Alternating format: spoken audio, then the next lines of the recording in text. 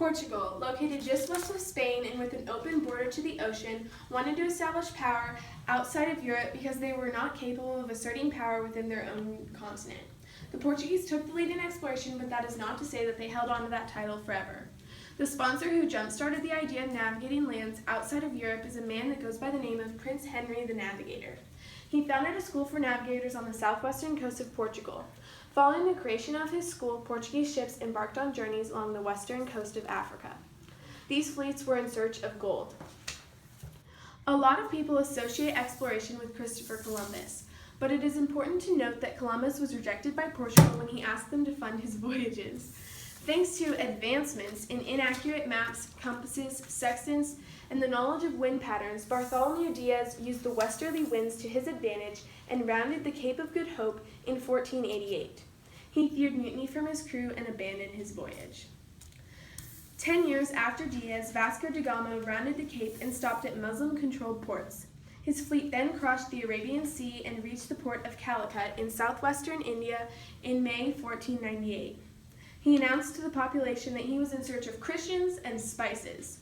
With luck, he got the spices he requested and returned to Portugal. Please note that spices such as pepper, cinnamon, and nutmeg had always been a big part of European life.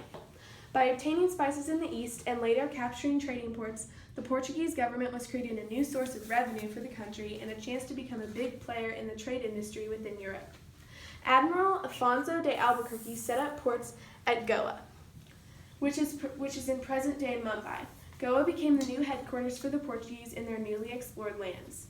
Albuquerque, in search of spices, set sail for Malacca and arrived in 1511. Malacca was a crucial stopping point in the spice trade. After a bloody battle and the massacre of a great deal of Arabs, Albuquerque took control of the city. The massacre of the local Arab population weakened the Arab control of the local spice trade and opened doors for the Portuguese to the Moluccas, aka the Spice Islands. The determined leaders and fleets out of Portugal were able to use Malacca to send expeditions eastward to China and the Spice Islands. Upon reaching their destinations, they signed a treaty with the local leaders for the export of goods to the European market. Even after over half a century, the Portuguese government continued to lack the power, the population, and the determination to colonize areas other than the few trading posts of India and China. One might ask how such a small country can be so successful in the beginning. It was a matter of the guns they possessed and their quality seamanship. The typical and modest Portuguese fleet was made of 3 ships and 20 guns. These guns were hardly used for military means, rather just a strong weapon of intimidation. As time went on, the Portuguese task forces became more heavily equipped and forceful with their naval operations. The Portuguese also established lands in South America in what is now known as Brazil, hence the reason Brazil is the only non-Spanish-speaking country in South America. In short, the navigators of Portugal were able to inflict military superiority over their opponents in India and China. Later on in the 16th century, Portugal, and Spain for that matter, began to face rivalry from the Dutch and the French. More so, the Dutch and French were better financed, which is what made them such a serious threat.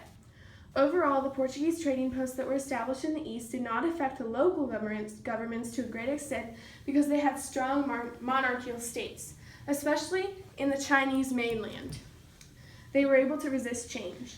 In Japan, there was a large increase in the popularity of Christianity, imposed by the Jesuits and missionaries who were eventually expelled and persecuted.